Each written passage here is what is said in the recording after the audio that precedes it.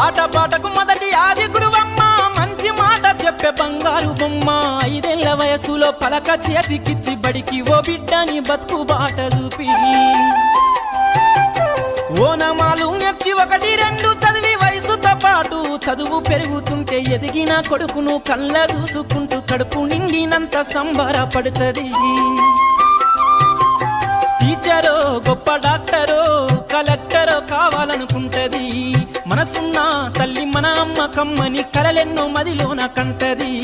జన్మనిచ్చిన అమ్మ రాతి బొమ్మ కాదు జగమంత జన్మంత కొలిచేటి దైవము అమ్మా కమ్మనైన అమ్మ పాట వింటే ఎంత మధురమో